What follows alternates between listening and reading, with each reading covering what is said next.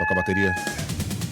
A defesa de Jair Bolsonaro vai recorrer da decisão da primeira turma do Supremo Tribunal Federal que condenou o ex-presidente e outros 7 réus por tentativa de golpe. O julgamento terminou ontem à noite, depois dos votos da ministra Carmen Lúcia e de Cristiano Zanin e o cálculo das penas, a chamada dosimetria.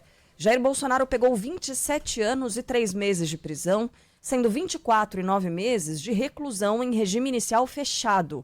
Por maioria, o ex-presidente foi condenado pelos crimes de golpe de Estado, organização criminosa, abolição violenta do Estado Democrático de Direito, dano qualificado e deterioração do patrimônio tombado. Apenas Luiz Fux divergiu dos colegas. Jair Bolsonaro ainda terá de pagar 124 dias multa, o equivalente a R$320 mil, pena que foi anunciada ontem à noite pelo ministro do STF, relator do caso, Alexandre de Moraes.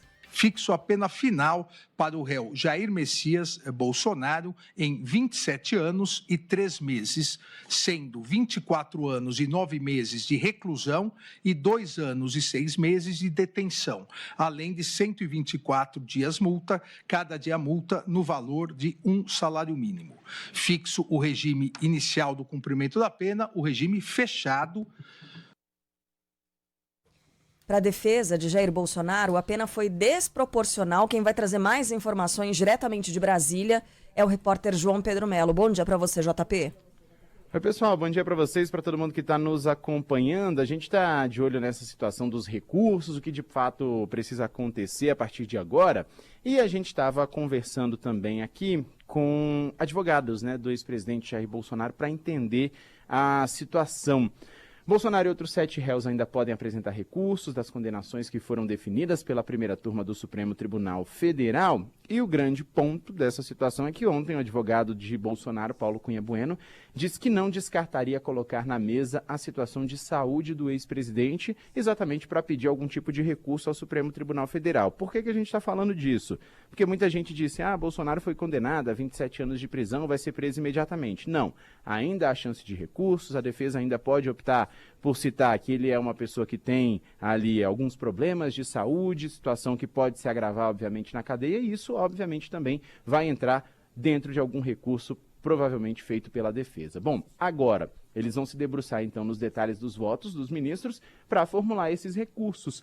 Será necessário analisar o acórdão, que reúne aí os votos, o resultado do julgamento, que deve ser publicado nos próximos dias. Quando há condenação, existe a possibilidade de apresentação de 2 tipos de recurso. Primeiro, embargos de declaração. Segundo, embargos infringentes. O caso do infringente, ele só não vai ser aceito nesse julgamento porque precisaria de pelo menos 2 votos pela absolvição.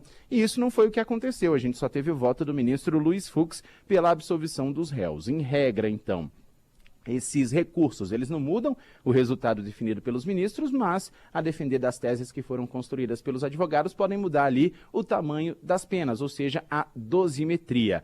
Para os embargos de declaração, prazo de apresentação é de 5 dias. Esse prazo passa a contar a partir de hoje. Esse pedido ele é endereçado diretamente ao relator, o ministro Alexandre de Moraes, e ele pode levar a julgamento na primeira turma. Além disso, esses embargos de declaração, eles suspendem o prazo para apresentação de outros recursos e a prisão para, de fato, o cumprimento de pena só vai ocorrer com o que eles chamam de trânsito em julgado. O que é isso? Só quando não tiver mais como os réus fazerem algum tipo de recurso diante das condenações. Portanto, ainda há prazo para recurso, esses recursos podem começar a ser apresentados a partir de hoje e, claro, vai depender da estratégia de cada um dos defensores de Jair Bolsonaro e também de outros 7 réus que foram julgados nesse caso. Estamos falando de quanto tempo, mais ou menos? Você falou de 5 dias aí para apresentação do recurso. Aí depende do Alexandre, é isso? O embargo de declaração. Aí depende do Alexandre, para que seja iniciado mesmo o cumprimento da pena, o JP? Sim, depende, porque ele vai ter que analisar, vai decidir se leva ou não a análise também da primeira turma. Provavelmente vai levar diante da importância desse caso, por óbvio. E aí, depois disso, o que ele vai fazer? Há o prazo para que os advogados eventualmente recorram de alguma outra situação. Ontem o Paulo Cunha Bueno também falou com a gente sobre a possibilidade de tentar esses embargos infringentes, porque no caso de um julgamento em turma, seria a média de 1,5 ministro, mais ou menos isso, para poder fazer esse recurso. Só que não era esse o entendimento do Supremo Tribunal Federal, então é preciso entender se vai ser possível ou não apresentar esse recurso de embargos infringentes.